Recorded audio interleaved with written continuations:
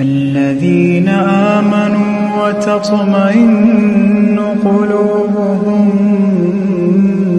بذكر الله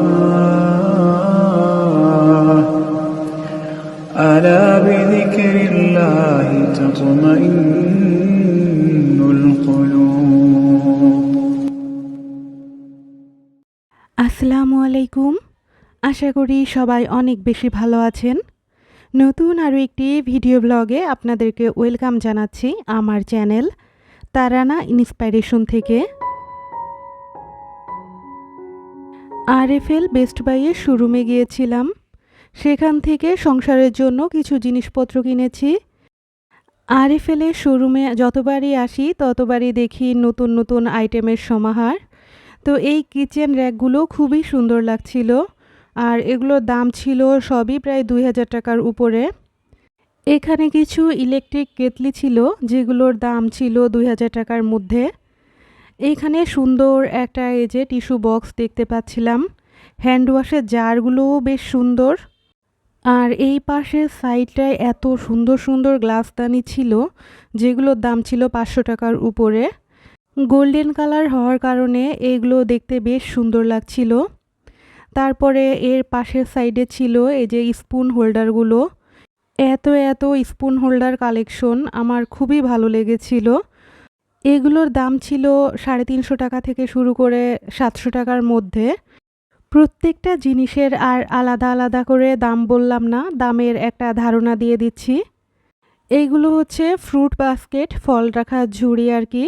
তো এইগুলোর দামও ছিল 500 থেকে 1000 টাকার মধ্যে। এই মেটালের ব্ল্যাক ঝুড়িটার দাম ছিল 685 টাকা করে। এটার শেপটাও বেশ সুন্দর, এরকম হার্ট শেপের মধ্যে। এইখানে অনেক সুন্দর সুন্দর সিরামিক্সের কালেকশন ছিল যেগুলোর উপরে আবার 10% মূল্য ছাড়ও চলছিল। আর প্লাস্টিকের জিনিসের কথা কি বলবো, যতবারই আসি ততবারই দেখি নতুন নতুন প্লেটের কালেকশন এসেছে। মাঝে মাঝে না এইখানে অনেক কম দামে অনেক সুন্দর জিনিস পাওয়া যায়। যেমন ডান দিকের যে বোলগুলো দেখতে পাচ্ছেন এগুলোর দাম অনলি 85 টাকা করে ছিল, যেটা আসলে সত্যিই অবিশ্বাস্য। তাছাড়া এখানে অনেক সুন্দর সুন্দর গ্লাস মগেরও কালেকশন আছে। এরপর সুন্দর একটা পাটের তৈরি প্লেসম্যাট দেখতে পেলাম। এটা দেখে এত পছন্দ হয়েছে যে নিয়ে নিয়েছি। আর এটা হচ্ছে পাটের না, অন্য একটা ম্যাটেরিয়াল দিয়ে বানানো। তো 135 টাকা করে ছিল এটার দাম। এইখানে যে শুধু আরএফএল অথবা ভিশনের প্রোডাক্ট পাওয়া যায় বিষয়টা তেমন না, অনেক কোম্পানির অনেক জিনিস এখানে পাওয়া যায় যেগুলো সবই অথেন্টিক। এমজিসি ব্র্যান্ডের এই নতুন প্যানগুলো এসেছে যেগুলো খুবই সুন্দর দেখতে, লেদার টাইপ আর কি। তাছাড়া এখানে এসকেবির যে প্রোডাক্টগুলো এখান থেকে হচ্ছে আমি সবসময় নিই। এবারও একটা এসকেবির সুন্দর ফ্রাই প্যান নিয়েছি।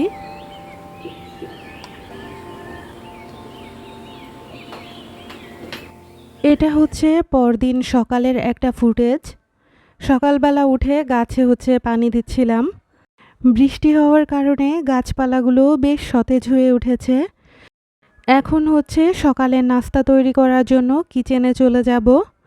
তো কিচেনে গিয়ে আজকে প্রথমে আমার নাইফটা একটু ধার দিয়ে নিচ্ছি। যে কোনো সিরামিক্সের মগ অথবা গ্লাসের পিছনে এরকম ঘষলেই কিন্তু এটা ধার হয়ে যায়। আমি সবসময় এভাবেই ধার দিয়ে থাকি। যারা জানে না তাদের জন্য টিপসটা শেয়ার করে ফেললাম। আমার অসুস্থতার কথা আপনাদেরকে জানিয়েছিলাম। সবাই আমার জন্য অনেক বেশি দোয়া করেছেন, আমি মন থেকে অনেক বেশি খুশি হয়েছি। আর সবাই যেমন আমার জন্য দোয়া করেছেন আমিও সবার জন্য দোয়া করি যে যে যার জায়গা থেকে যেন সুস্থ থাকে, ভালো থাকে।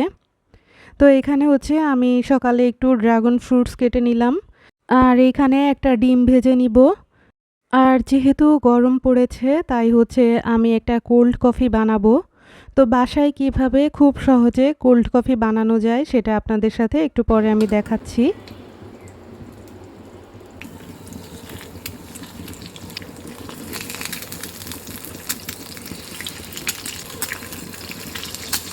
কোল্ড কফি বানানোর জন্য আমি হচ্ছে আগে থেকে দুধ জাল করে সেটাকে ঠান্ডা করে নিয়েছি।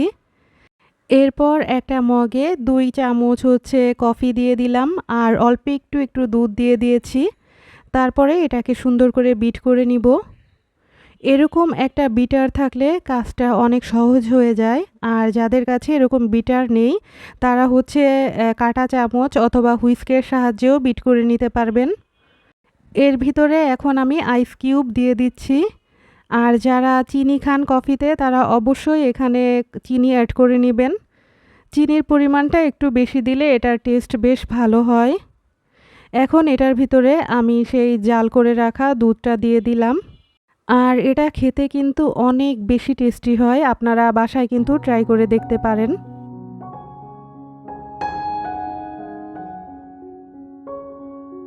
এখন তো অনেকেই জানেন আমার প্রফেশন সম্পর্কে, যে আমি কি কাজ করি।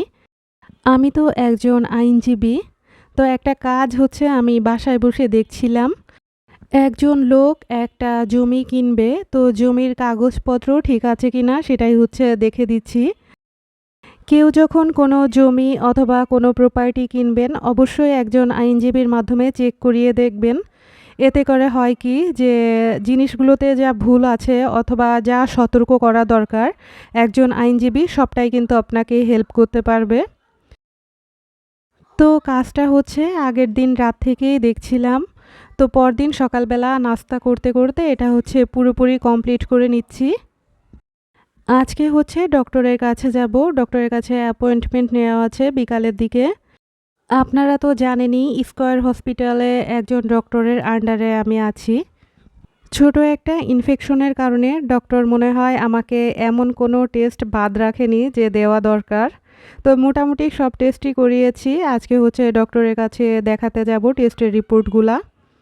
এইখানে কাজ করতে করতে নাস্তা সেরে নিচ্ছিলাম। এদিকে কাগজপত্রকেও একটু নাস্তা করিয়ে দিয়েছি। তো কাজটা বেশ বড় ছিল। আমি অনেক এফোর্ট দিয়ে কাজটা করেছি।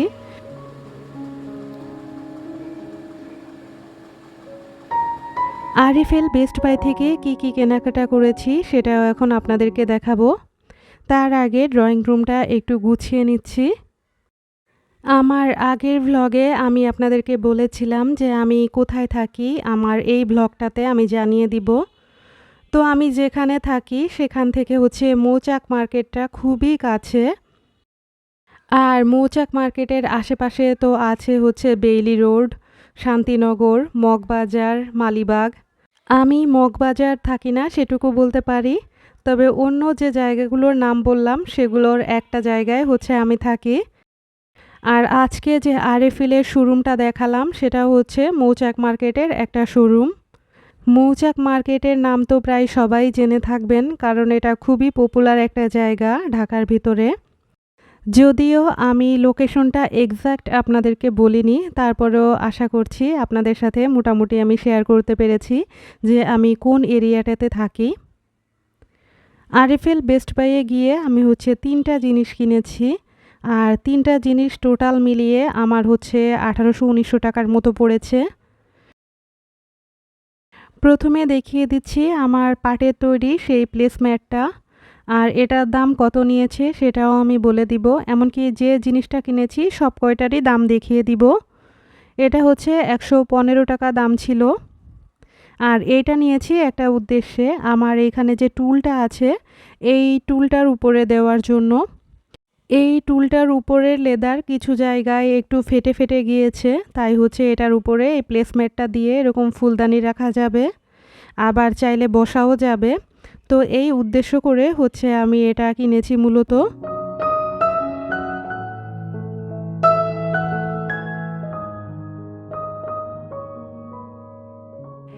এরপর যে ফ্রাই প্যানটা নিয়েছি সেটা হচ্ছে এসএসের।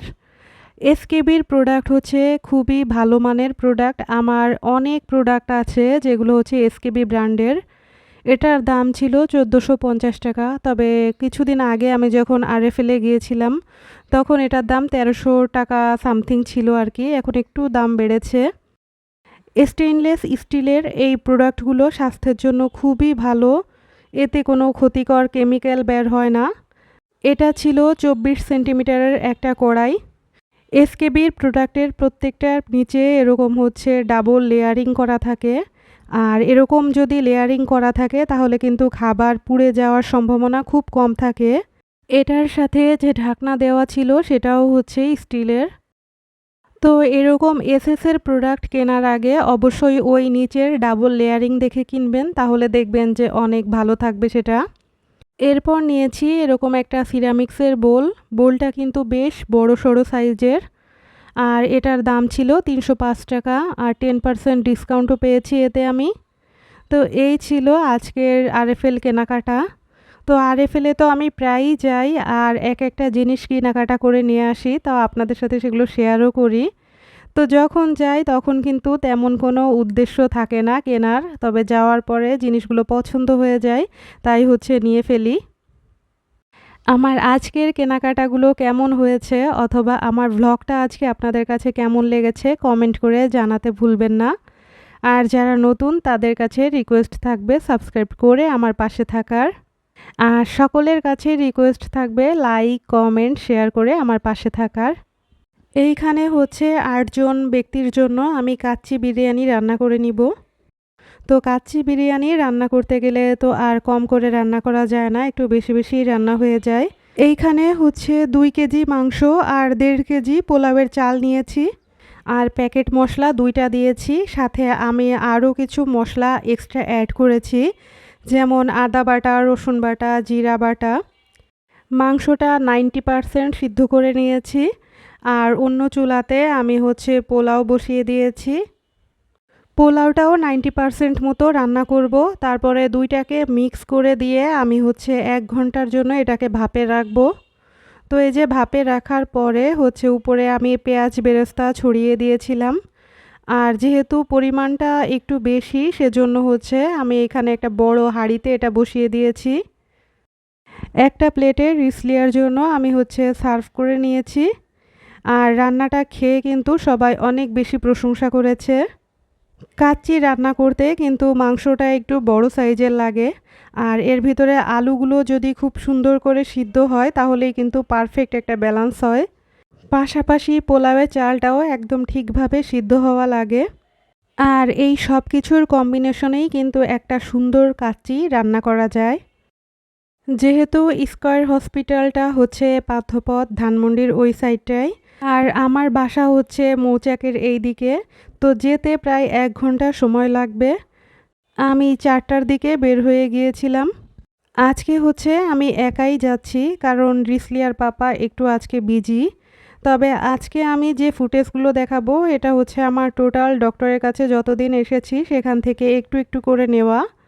তো কয়েকদিন হয়েছে রিসলিয়া এসেছে আমার সাথে, রিসলিয়ার পাপা এসেছে, আবার কয়েকদিন রিসলিয়াকে বাসায় রেখে এসেছি, আমি আর রিসলিয়ার পাপা এসেছি। তো এভাবেই করে হচ্ছে ডক্টরের কাছে আমরা দেখিয়েছি। তো আজকে যখন রিপোর্ট দেখালাম ডক্টর দেখলো যে আসলে তেমন কিছুই ধরা পড়েনি, আলহামদুলিল্লাহ। উনি আজকে ওষুধ লিখে দিয়েছে আর 15 দিনের ফলো আপে রেখেছে। শুধু যে আমাকে নিয়ে ডক্টরের কাছে দৌড়াদৌড়ি তা না, এই যে রিসলিয়ার পাপাও ডক্টর দেখাতে এসেছিল অন্য একটা হসপিটালে, চোখের জন্য স্পেশালাইজড যে হসপিটালগুলো সেইখানে আর কি। তো চোখের ডক্টরের কাছে আসার পরে ডক্টর হচ্ছে ওনাকে চশমা পরার পরামর্শ দিয়েছে, আর এইখানে হচ্ছে যে চোখ পরীক্ষা করে। তো আমাদের বর্তমানে এরকমই চলছে আর কি। তো যেদিন হচ্ছে আমি রিসলিয়ার পাপা আর রিসলিয়া স্কয়ার হসপিটালে গিয়েছিলাম, সেদিন হসপিটালের পাশের এই যে কেএফসি এইখানে হচ্ছে আমরা খাওয়া দাওয়া করেছিলাম। তাছাড়া যতদিন এখানে এসেছি কারো না কারোর সাথে দেখা হয়েছে, একদিন ফ্রেন্ডের সাথে, একদিন মামার সাথে। তো সবাই আমাদের জন্য দোয়া করবেন। আজকের মতো এখানেই বিদায় নিচ্ছি। আল্লাহ হাফেজ।